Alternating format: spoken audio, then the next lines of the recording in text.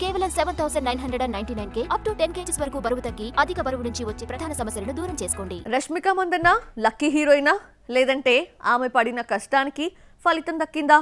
ఈ మధ్య కాలంలో ఏ హీరోయిన్ కి లేనన్ని హిట్లు రష్మిక సొంతం చేసుకుంది.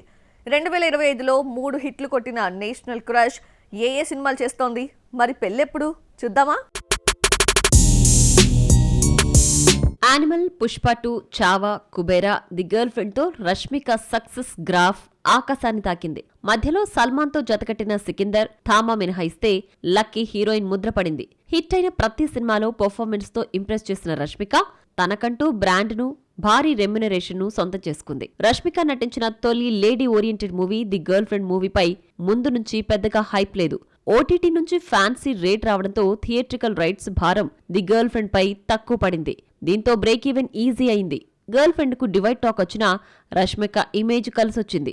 7 కోట్లకు బిజినెస్ జరుపుకుంటే 10 కోట్లొచ్చింది. ఫస్ట్ టైం నటించిన ఈ లేడీ ఓరియంటెడ్ మూవీ కోసం 7.5 కోట్లు రెమ్యునరేషన్ తీసుకుందట. గర్ల్ ఫ్రెండ్ బడ్జెట్ 24 కోట్లయితే రష్మిక రెమ్యునరేషనే బడ్జెట్లో 30% దాటిపోయింది. అయినా ఈ అమ్మడికున్న ఇమేజ్ తో ఓటీటీ 21 కోట్లు తీసుకొచ్చింది. రష్మిక నటించిన హిందీ సినిమాలు goodbye, mission Majnu flop అయినా పుష్ప, యానిమల్, పుష్ప 2 హిట్ కావడంతో బాలీవుడ్ లో లక్కీ హీరోయిన్ ముద్రపడింది. హిందీ రికార్డులను కొల్లగొట్టిన పుష్ప 2 800 కోట్లకు పైగా కలెక్ట్ చేసింది. చావాతో బ్లాక్ బస్టర్ ను కంటిన్యూ చేసింది. కేవలం గ్లామర్ రోల్స్ మాత్రమే అని కాకుండా పర్ఫార్మెన్స్ కు అవకాశం ఉన్న పాత్రలే ఎంచుకుంటూ హిట్స్ మీద హిట్స్ కొడుతోంది రష్మిక.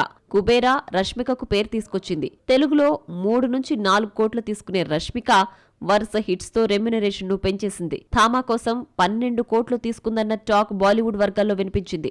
20-30 కోట్లు తీసుకుంటున్న దీపిక తర్వాత నెక్స్ట్ ప్లేస్ ఈ కన్నడ బ్యూటీదే. రష్మిక ప్రస్తుతం మరో ఉమెన్ సెంట్రిక్ మూవీ మైసా చేస్తోంది. ఇక హిందీలో కాక్టైల్ 2 చేతిలో ఉంది. ది గర్ల్ ఫ్రెండ్ రిలీజ్ కి ముందే మైసా కాక్టైల్ 2 కి కమిట్ అయింది. ఫిబ్రవరిలో విజయ్ ను పెళ్లి చేసుకుంటున్న వార్తలు రావడంతో కొత్త సినిమాలు ఒప్పుకోలేదా అన్న టాక్ ఫిలిం వర్గాల్లో నడుస్తోంది.